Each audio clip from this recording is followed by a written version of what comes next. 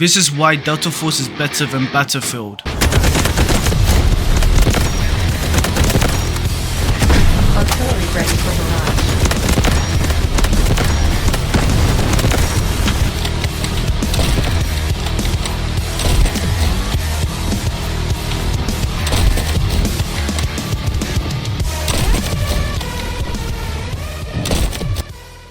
So I've been playing Delta Force for a couple of hours, and I'm gonna say this is probably one of the best games I've ever played. I've played the Havoc Operations, and I've basically been playing the Extraction mode as well, and I've gotta say these two modes are very huge potential to really show like how good the game is. So I wanted to go into details about the gamers, the gameplay, the GUNSMITH, which is amazing by the way, and optimization and performance to see if you can actually even play the game, which most PCs will be able to, but we'll go into that in a second. But hopefully if you enjoyed this video, please make sure to like and subscribe, and we're gonna go straight into the gameplay game modes.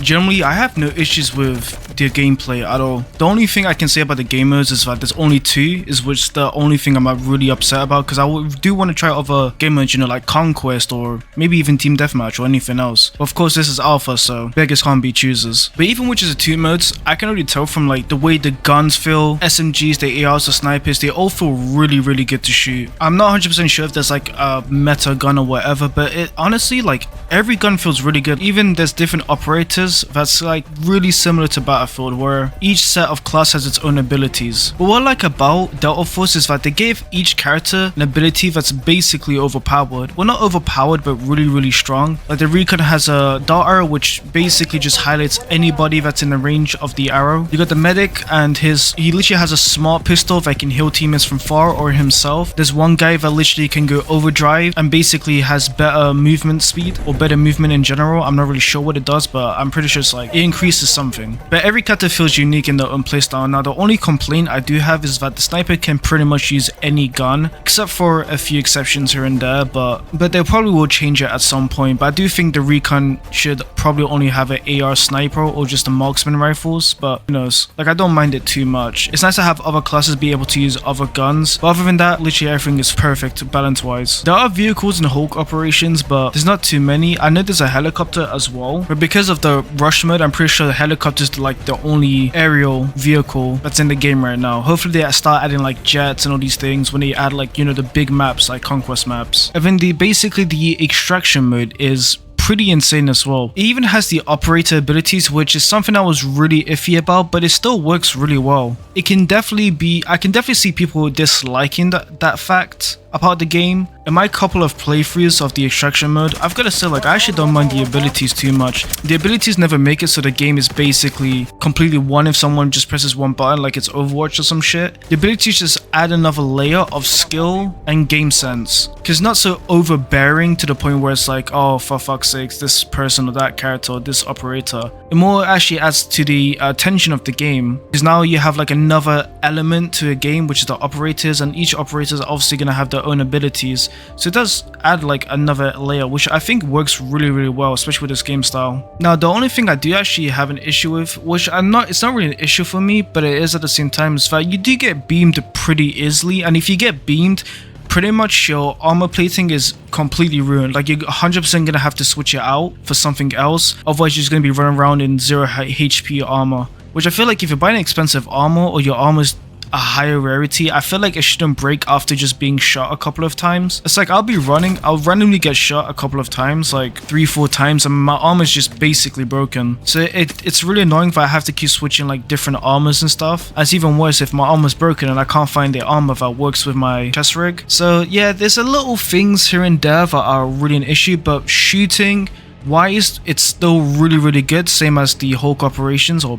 Battlefield Rush mode. And the leaning mechanics and the health mechanics as well, it adds so much more layer. And the health mechanics are something I definitely feel like people are going to enjoy a lot more, because the problem is with Call of Duty DMZ, for example, let's be real, it was just basically Call of Duty, but you just extract. Like that's DMZ doesn't really feel like it innovates, it just does it for the sake of trend. But it works here in Delta Force because it adds more tension when you're being shot at, because if you get shot in like the wrong place, you know, you could get bleeding, you could get something that that might be only fixable with a surgical kit. There's a lot more tension, there's a lot more to go into, and there's a lot more thought process when you're picking out your gear on a mission. But in DMZ, you don't really have any of that tension. You do still have that tension of losing all your stuff. Like if you die, you pretty much lose everything. But what I do like about this game is, even if you get downed and die, you're still resable, but it'll definitely take a lot more longer as if you were just downed. So the gameplay is just insane. Like genuinely, hopefully when this game releases, everyone can actually just try it out and just see how good the actual game is. Like it's actually amazing that this is alpha, because Battlefield 2042, if you guys played day 1 for that game, it was fucking horrendous.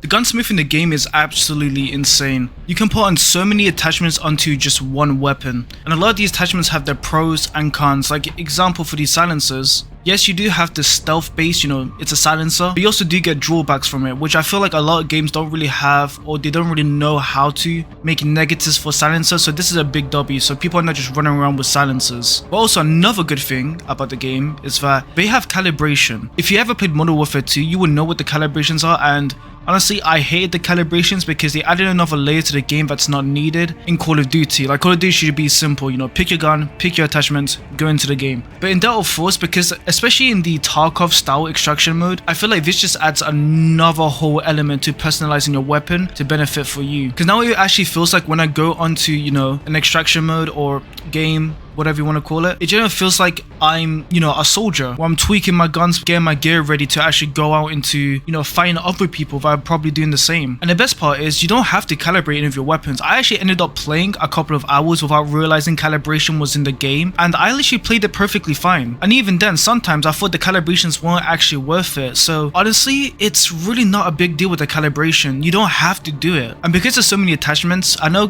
another good thing that they did was they made it so it's like maximum like 4% of the negatives and positives of the calibration. So if you do want to calibrate your guns, you're definitely gonna have to go in depth and just see every single, you know, stats of your gun if you feel like doing that. But you also have the other option of just picking attachments and just going into a game. So overall, this game is just, it feels like there's space for casual players and then there's space for like the sweaty hardcore Tarkov players. It's like just W's. Like overall, I don't understand why game companies don't just have something for casuals and then something for hardcores. It's like if you're a Tarkov player or even a Call of Duty player, you're gonna love that shit. So my PC specs is the 7800X3D, which is like one of the best CPUs right now, and a 4070 GPU, no TI, no nothing, just normal. And we are playing on the ultimate graphic preset. I tried to go on max, but it's blanked out for some reason, so it doesn't work. But we're not using any super resolution mode. And honestly, I would say if I kept this at 120, it would be like a really good 120. It does go up to like 140, 150, but it does stutter sometimes, which is not good, of course. But overall, the quality and it's really good. This game looks beautiful. You can even see like the rock. Jesus, that's like detailed. But what I'm gonna do now is actually, because most people are not gonna have like my PC specs, I'm gonna turn it down to, I would say about medium, which I feel like is what most people are gonna play on, unless they're gonna use DLSS. And as you can see already, it's a massive jump. I almost doubled my frame rate. Let me just get away so I don't die. You can see the GPU, it's going to be very GPU heavy, the game. It's already on 94%, even at medium settings, because the maps are so fucking massive. But my CPU percentages are pretty low still, so I would say if you do want to upgrade and you're looking to like have this as your main game, I would say get a GPU upgrade. Now, what I do want to try is the ultimate medium settings, but with DLSS. Then we'll try the ultimate settings. So let's go for quality, and that's actually a lot of frames.